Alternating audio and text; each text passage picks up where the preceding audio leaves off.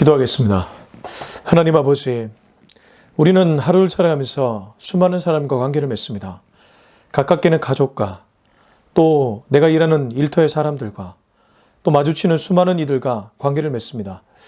그들과의 관계에서 내가 얼마나 그리스도인답게 영향을 주느냐에 따라 나의 오늘의 신앙이 달려있다고 생각합니다. 주님, 오늘도 나와 동행하여 주셔서 해야 될 말과 하지 말아야 될 말, 그리고 그들에게 부정적인 모습이 아니라 선한 영향력을 끼칠 수 있는 우리가 되게 하여 주옵소서. 예수님의 이름으로 기도합니다. 아멘. 네, 오늘은 창세기 21장 22절에서 마지막 절인 34절까지입니다.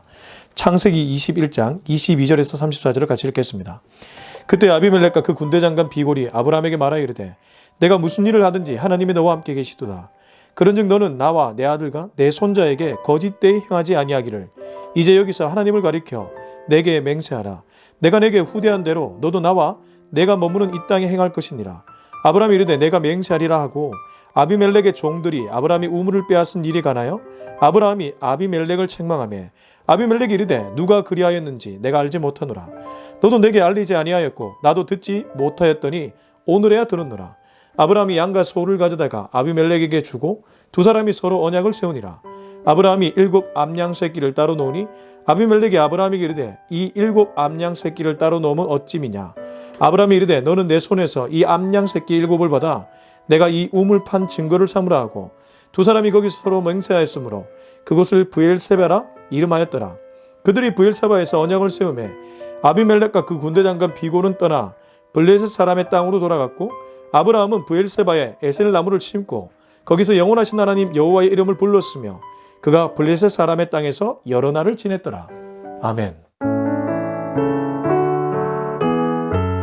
네, 오늘은 창세기 21장 22절에서 34절, 21장의 마지막 단락입니다.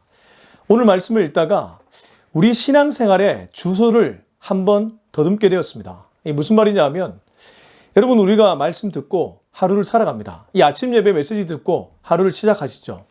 저도 이 메시지를 전하고 하루를 시작합니다.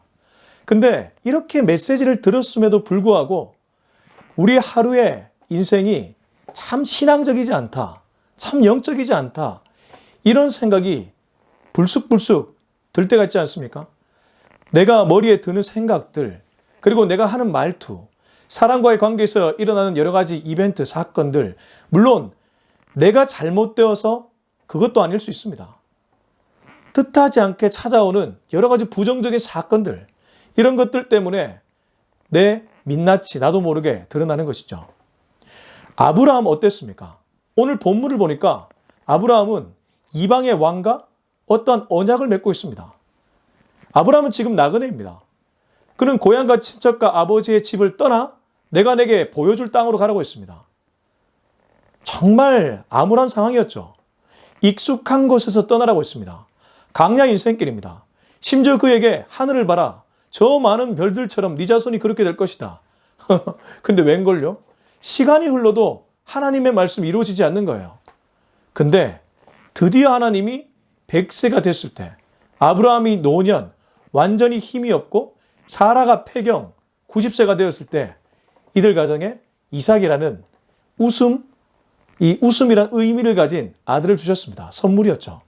처음부터 끝까지 아브라함을 하드캐리 하시는, 아브라함을 이끌고 가시는 하나님, 그 하나님이 누구신지를 우리들에게 아브라함 스토리를 통해서 들려주셨습니다. 그리고 21장 22절에 와서 아브라함은 또 다른 하루를 살아갑니다. 여러분, 하나님이 대단한 선물을 주셔도 그 다음 날이 또 있지 않습니까? 예를 들어 우리가 인생을 살면서 정말 뜻하지 않게 기가 막힌 은혜를 경험할 때가 있습니다. 사람을 통해, 환경을 통해, 사건을 통해 야, 나에게 이런 은혜가. 그러나 우리는 그날이 지나면 또 다른 하루를 살아가야 됩니다. 세상은 바뀌지 않습니다. 여전히 똑같습니다. 아브라함이라고 이삭이 태어났을 때 물론 기뻤겠죠. 기쁨이 계속되었겠죠. 그러나 그에게도 하루길이 있었다는 것이죠. 21장 22절입니다. 그때에 아브라함이 이삭을 얻고 잔치를 하고 하갈이 도망쳐서 바란 강야에서 자식을 키우던 그 무렵을 얘기합니다. 아비멜렉과 그 군대 장관 비골이 아브라함에게 말하여 이르되 네가 무슨 일을 하든지 하나님이 너와 함께 계시도다. 우리는 오늘 21장 22절에서 아주 큰 힌트를 하나 얻을 수 있습니다. 아브라함에게 아비멜렉과 군대 장관 비골이 찾아왔습니다. 여러분, 지금 아브라함이 거주하는 땅이 그랄 땅이죠. 이 그랄 땅에서 그랄 왕인 아비멜렉이 아브라함에게 찾아옵니다. 심지어 군대 장관 대동에서 찾아옵니다. 이게 무슨 말일까요? 아브라함의 영향력이 엄청나게 커졌다는 것을 의미합니다. 그 땅에서 아브라함은 외국인입니다. 나그네입니다. 그러면 그 땅의 주인인 그 왕이 대단한 건설을 갖고 있지 않겠습니까? 아브라함을 부를 수도 있잖아요. 근데 지금 아비멜렉과 그 군대 장관 비골이 아브라함에게 말합니다. 네가 무슨 일을 하든지 너와 하나님이 함께 계시는구나. 아마도 영적으로 그가 무엇을 봤을 가능성이 있겠죠. 무슨 말이냐 하면 아브라함이 어떤 일을 하더라도 하나님의 도우심으로 형통했다는 거죠. 창세기 후반부에 가면 요셉이란 인물이 등장합니다. 그는 17살 나이, 우리나라로 고등학교 1학년 나이에 팔려갑니다. 애굽이라는 이방 땅에 팔려갑니다. 아브라함이 그랄이라는 이방 땅에 있는 것처럼 그도 고아가 돼서 그 땅에 팔려갑니다. 근데 창세기는 뭐라고 기록하냐 하면 하나님이 요셉과 함께 하심으로 그가 형통하였더라. 모든 일이 순조롭게 풀려갔다는 거예요. 저는 이 구절을 읽으면서 의아했습니다. 17살 나이 고아인데 뭘 모르는데 어떻게 성경이 이렇게 얘기할까? 이게 도대체 무슨 의미일까? 여러분, 요셉 스토리 잘 알고 계시죠? 나중에 애굽의 총리 되지 않습니까? 저는 이걸 보면서 이런 생각을 하게 됐습니다. 하는 일마다 잘 되게 했을까? 그럴 수도 있습니다. 근데 요셉이 어떤 일을 하더라도 끈기 있고 인내심 있게 좌절하지 않고 포기하지 않고 참을 수 있도록 하나님이 함께 해주셨구나. 저는 이게 하나님의 요셉과 함께 했다는 메시지가 아닐까, 그런 결론에 이르게 되었습니다. 정말 그러합니다. 요셉의 스토리를 보면 보디발의 아내에게 유혹받아 모함받는 장면이 나옵니다. 요셉은 겉옷을 걷어 던지고 뛰쳐나왔습니다. 근데 그놈의 아내가 보디발이 왔을 때에 거짓말을 했고 보디발에 의해 요셉은 감옥에 들어가게 됩니다. 근데 이 감옥에서조차 하나님이 함께하고 형통했다는 메시지가 나옵니다. 나중에 그 꿈을 해석해줘서 그는 애굽의 총리까지 올라가게 되죠.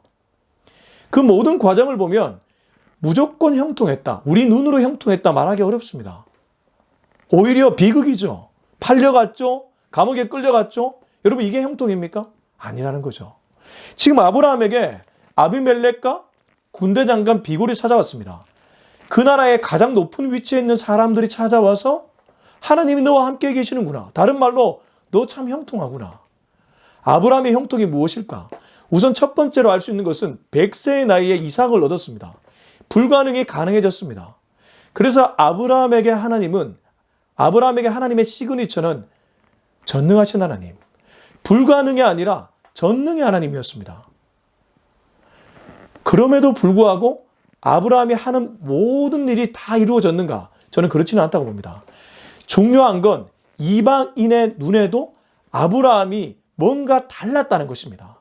그게 하나님이 너와 함께 계시는구나, 이 이방인의 말에 녹아져 있습니다. 여러분, 그리스도인이 무조건 잘 된다? 그거 아닙니다. 비그리스도인들이 그리스도인보다 잘 될 수 있습니다. 세속적 눈으로 보면 그들이 돈 더 많이 벌 수 있고 그들이 더 잘 될 수 있습니다. 이거 인정해야 됩니다. 그러면 우리의 형통은 무엇입니까?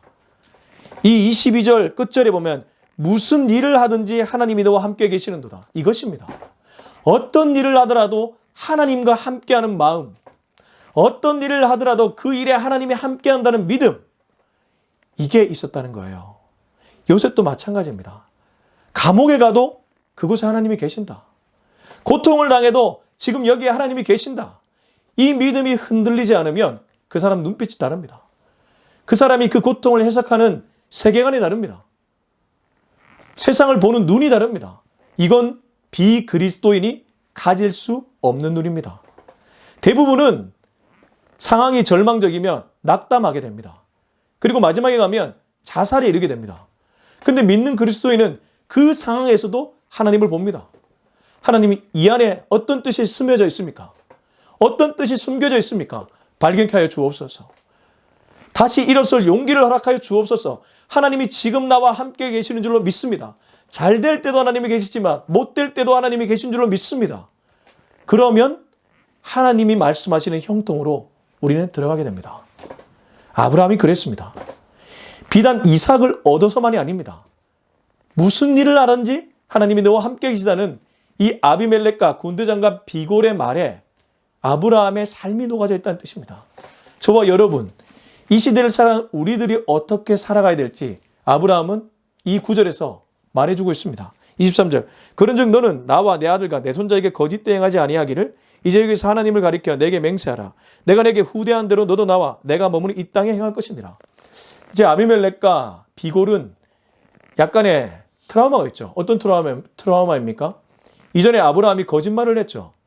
완전히 거짓말이라고 보기는 어렵겠지만 어찌됐든 그건 거짓이었습니다. 자기 아내 사라를 동생이라고 속였기 때문입니다. 그렇게 데려갔다가 호되게 당했죠. 하나님이 태의 문을 닫았습니다. 그 트라우마가 있는 아비멜렉 입장에서는 이 말을 할 수밖에 없죠. 다시 한번 읽으면 그런즉 너는 나와 내 아들과 내 손자에게, 이 아비멜렉이 아예 단도리를 치려고 합니다. 나뿐만 아니라 나와 내 아들 그리고 내 손자 때까지 거짓 대행하지 아니하기를 이제 여기서 하나님을 가리켜 하나님을 두고 내게 맹세하라.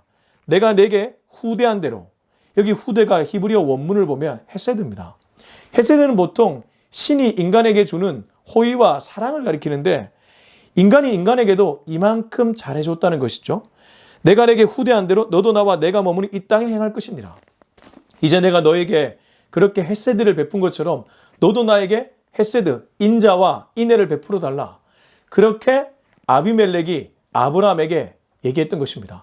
너를 보니까 하나님이 매번 너와 함께하는 것 같고 네가 하는 일이 어떤 일이든지 하나님이 동행하는 것 같으니 그러니까 태의 문도 닫히게 만들고 또 문도 열어주니까 부디 나와 내 아들, 내 손자 때까지 네가 믿는 그 하나님을 두고 맹세해달라, 잘해달라 부탁하는 것이죠. 참 이방왕의 체면이 어떤 의미에서 안 서는 모습이지만 또 어떤 의미에서는 국가를 위해 후대를 위해 그렇게 외교를 하는 모습이겠죠. 이만큼 아브라함의 영적 영향력이 대단했다는 것입니다. 근데 저는 이걸 보면서 이런 생각도 해봤습니다. 아니 이방 왕이지 않습니까? 어떤 의미에서 믿는 유대 그룹에 들어간 사람이 아니라 이방 그룹입니다. 우리로 치면 그리스도인이 아니라 비그리스도인입니다. 비그리스도인이 아브라함에게 이만큼 잘해줬습니다. 헤세드라는 히브리 단어가 나올 정도로 잘해줬습니다. 의리 있게 행동했습니다. 그리고 여기서 맹세하자고 합니다. 도원결의, 삼국지에서 유비와 장비와 간우가 도원결의를 한 것처럼 맹세하자고 합니다. 가끔 저는 안 믿는 비그리스도인들이 믿는 그리스도인보다 더 의리 있는 모습을 발견할 때가 있습니다. 물론 그걸 완전히 일반화시키기는 어렵겠지만 여러분 진짜 그럴 때가 있지 않습니까? 그리스도인이 더 의리 있어야 되고 그리스도인이 더 사랑이 있어야 되는 것 아니겠습니까? 왜냐하면 우리는 하나님의 사랑을 입었으니까요. 우린 예수님의 사랑을 입었으니까요. 그런데 그렇지 않은 인간의 연약함이 너무 많이 드러날 때가 있습니다. 차라리 비그리스도인은 술 한잔하면서 감정적 쌓였던 그런 것들 다 털어낼 수 있는데 우리는 그것도 안 되잖아요. 그러면 우리는 뭘 해야 되겠습니까? 기도해야 됩니다. 주님 앞에 나가 기도를 해야 됩니다. 뒤에서 뒷담화하면서 누군가를 죽이고 가십거리 삼아서 안주거리 삼아서 저 세상 보내지 말고 그럴 시간에 하나님께 나와 무릎 꿇고 기도해야 됩니다. 주님 앞에 그 영혼 올려드리고 기도해야 됩니다. 지금 비그리스도인인 아비멜렉과 군대장관 비골은 아브라함에게 후대하고 또 후대를 위해 맹세하고 있습니다. 신의의 약속을 지키려고 하고 있습니다. 이만큼 비그리스도인이 이 정도의 신의를 지키려고 했습니다면 저와 여러분은 오죽하겠습니까? 지금 아브라함은 어떤 의미에서 우리의 신앙의 현실을 말해주고 있습니다. 이 본문은 그 얘기를 해주고 있죠. 관계에서 어떻게 살아가야 되는가? 안 믿는 사람들과 어떤 관계를 맺어야 되는가? 계속 읽어보겠습니다. 24절 아브라함이 이르되 내가 맹세하리라 하고 그렇습니다. 아브라함도 찔림이 있었겠죠. 과거에 거짓말했던 것도 맞고 선대를 받은 것도 맞고 그에게 땅도 받고 여러 가지도 다 받았으니 이런 얘기를 할 수밖에 없죠. 그렇습니다. 우리 믿는 그리스도인이 정말 이뤄야 됩니다. 더 철저하게 세금도 잘 내고 준법 정신 지키고 그렇게 살아가야 된다는 것이죠. 그래서 사실 리얼 크리스찬으로 살아간다는 것은 쉬운 일이 아닙니다. 그것 자체가 십자가를 지는 일인지도 모릅니다. 그러나 그렇게 살아가는 우리들과 하나님이 함께 하신다는 것, 이거 잊으시면 안 됩니다. 하나님이 도와주십니다. 하나님이 힘들 때마다 손잡아 주십니다. 25절, 아비멜렉의 종들이 아브라함의 우물을 빼앗은 일에 관하여 아브라함이 아비멜렉을 책망하며 아비멜렉이 이르되 누가 그리하였는지 내가 알지 못하노라. 너도 내게 알리지 아니하였고 나도 듣지 못하였더니 오늘에야 들었노라. 아브라함이 서운함을 토로합니다. 이제 이왕 이렇게 된 거 아비멜렉이 먼저 저렇게 나오니 자기도 그동안 마음에 쌓아두고 있었던 거 얘기하는 것이죠. 무엇입니까? 아비멜렉의 종들이 아브라함의 우물을 빼앗았다고 합니다. 당시 이 지역에 가뭄이 자주 있었다고 합니다. 물 부족 사태가 자주 일어났다는 것이죠. 그러다 보니 우물이 귀했습니다. 우물이 마치 재산과도 같았습니다. 근데 아브라함의 우물을 아비멜렉의 종들이 빼앗았다는 거예요. 아무래도 그 땅의 거주자고 토착민들이니까 거류민에 대한 나그네에 대해서 좀 가볍게 여기고 너희들이 뭔데 권리가 있어 빼앗았겠죠. 그걸 아브라함이 마음에 담아두었다가 이번 기회에 말하고 있는 것이죠. 근데 이런 거 보면서 저는 이런 생각도 하게 됐습니다. 간혹 우리가 상사와의 관계 아니면 동료와의 관계 속에서 오해가 생길 때가 있습니다. 아니 자주 있죠. 왜 그렇습니까? 대화를 자주 하면 오해가 잦아드는데 대화를 자주 하지 않고 그냥 그 사람의 겉모습만 보다 보면 나도 모르게 내 프레임으로 그 사람을 보게 됩니다. 그리고 내게 들려오는 다른 사람들의 말들이 있습니다. 그거는 팩트가 아닙니다. 다른 사람의 말들은 반드시 그 사람의 렌즈에 들어간 말입니다. 무슨 말이냐면 그 사람이 그 사람을 좋게 보면 당연히 좋게 얘기할 것이고 그 사람이 그 사람을 평상시에 안 좋게 봤다면 안 좋은 말을 더해서 얘기하게 됩니다. 특히 리더 입장에서는 앞뒤 좌우 위아래 정말 잘 보고 그 사람에 대한 평가를 내려야 됩니다. 근데 그게 아니라 이 사람의 말만 듣고 평가해버리면 아주 안 좋은 일이 벌어지게 되죠. 지금 아브라함과 아비멜렉 사이에는 오해가 있었습니다. 아브라함은 왜 내 우물을 아비멜렉의 종들이 빼앗아갔는가? 근데 아비멜렉의 대답이 무엇입니까? 26절. 아비멜렉이 이르되 누가 그리하였는지 내가 알지 못하노라. 너도 내게 알리지 아니하였고 나도 듣지 못하였더니 오늘에야 들었노라. 이렇습니다. 아비멜렉 왕이었지 않습니까? 감히 왕에게 함부로 말 못했던 거예요. 여러 가지 사소한 문제들 그리고 말을 했더라도 그들에게 좋은 식으로 얘기를 했겠죠. 아비멜렉의 종들이 아브라함의 우물을 빼앗았다고 말하지 않고 그냥 아브라함이 줬다. 약간의 거짓말을 해서 보고했을 수도 있습니다. 오늘에야 아비멜렉이 들었다고 얘기합니다. 그러니까 의사소통에 능해야 함을 오늘 아브라함 이 스토리는 얘기해주고 있습니다. 여러분 우리는 적극적으로 누군가와 대화할 필요가 있습니다. 물론 오해를 바로잡으려고 하다가 오해가 더 부풀려질 때도 있지만 그래도 평상시에 긴밀하게 대화하면서 그 사람과 관계를 맺어 나가야 된다는 것이죠. 대화만 잘해도 대부분의 오해는 종식됩니다. 그렇더라고요. 대화를 안 했기 때문에 그 오해가 더 커져서 나중에는 걷잡을 수 없을 정도로 그렇게 커져버릴 때도 있습니다. 그렇기 때문에 그리스도인은 지혜롭게 대화를 잘할 필요가 있습니다. 지금 아브라함은 아비멜렉에게 비로소 얘기를 꺼냈고 그제서야 둘 사이의 오해가 사라집니다. 그리고 이 오해가 사라지면서 이들은 이른바 브엘세바의 언약을 맺게 됩니다.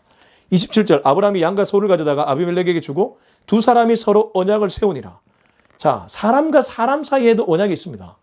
하나님과 인간 사이의 언약, 은혜 언약이죠. 근데 사람과 사람 사이에도 언약이 세워지고 있습니다.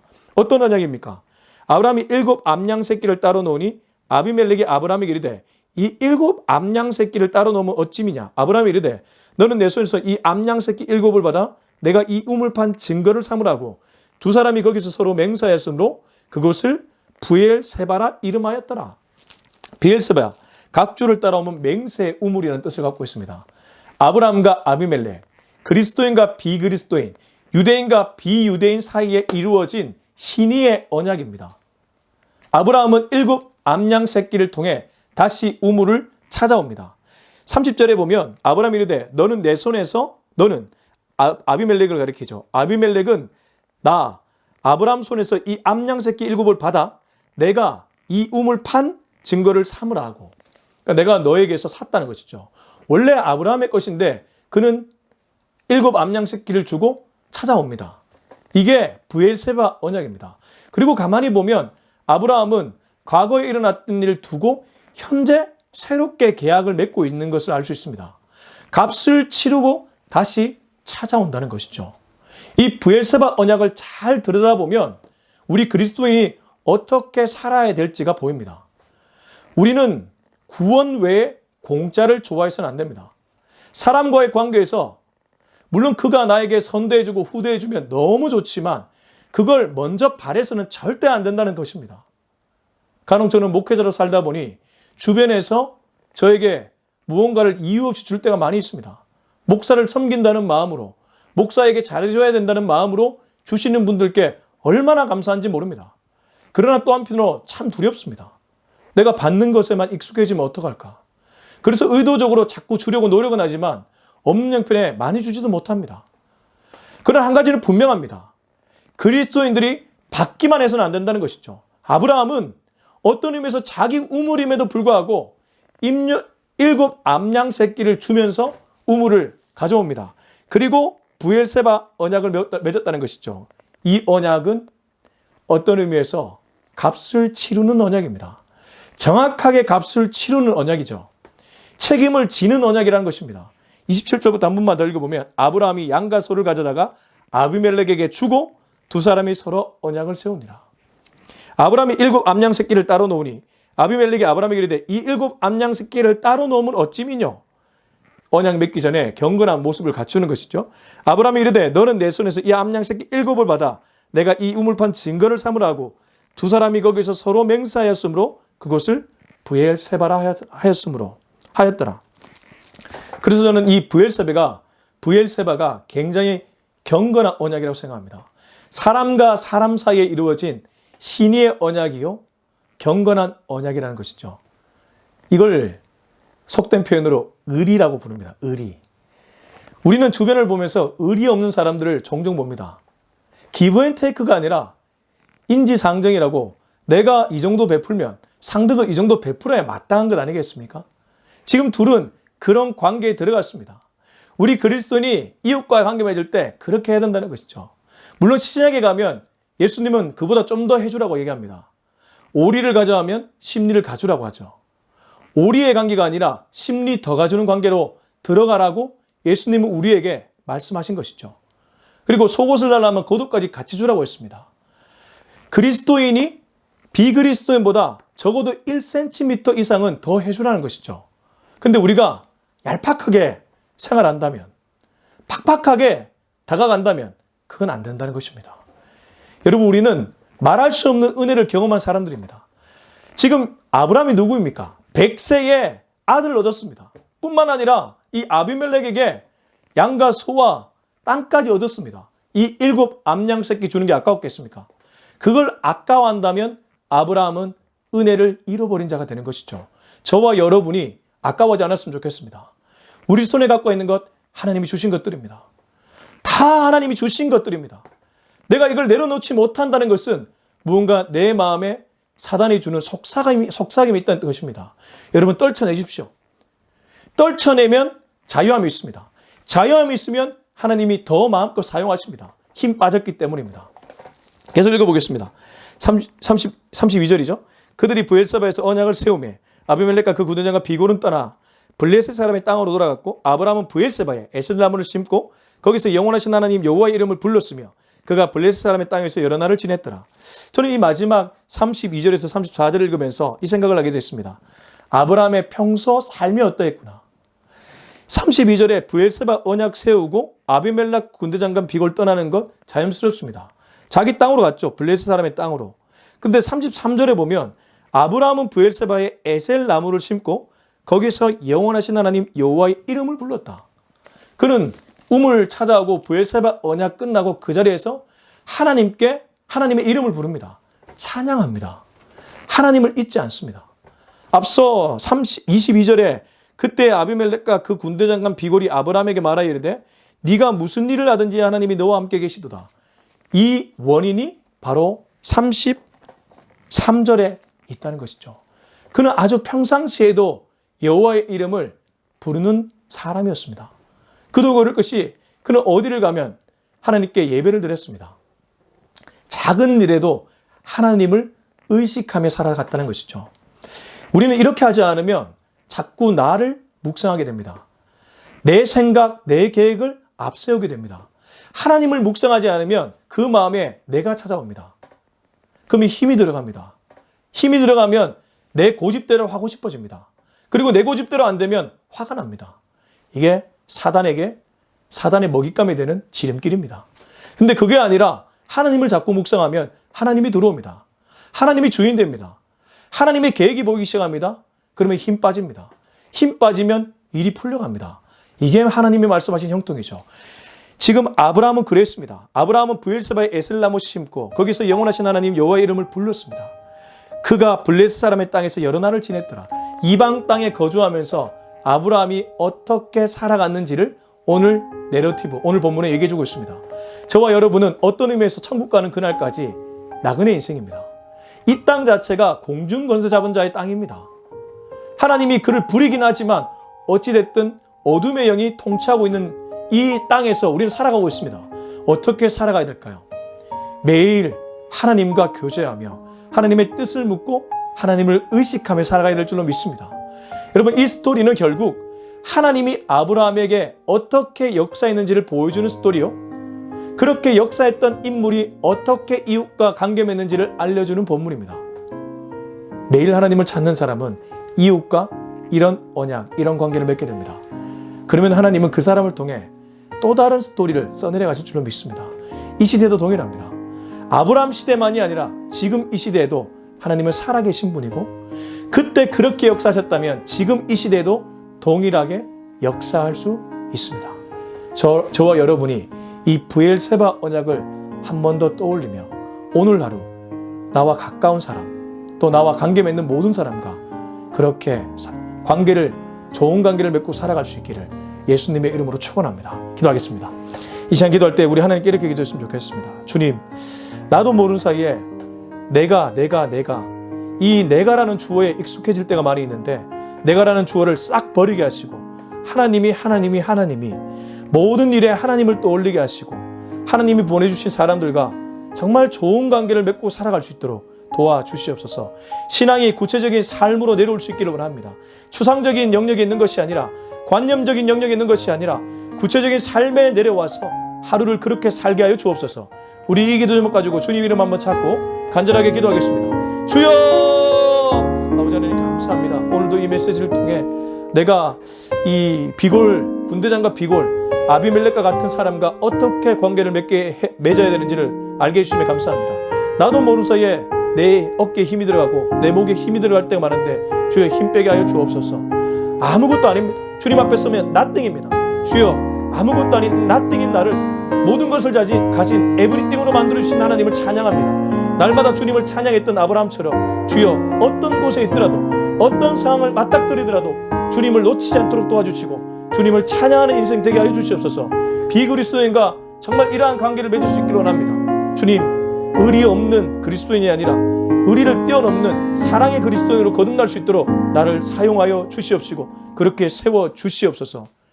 이제는 우리 주 예수 그리스도의 은혜와 하나님의 극진하신 사랑과 우리 성령님의 기름 부으심, 교통 교제하심, 충만하심의 역사가 오늘 이 메시지를 듣고 의리를 뛰어넘어 사랑의 그리스도인으로 평생을 살아가기로 다짐하는 우리 모두의 머리 위에 지금부터 영원토록 함께하기를 간절히 축원하옵나이다. 아멘.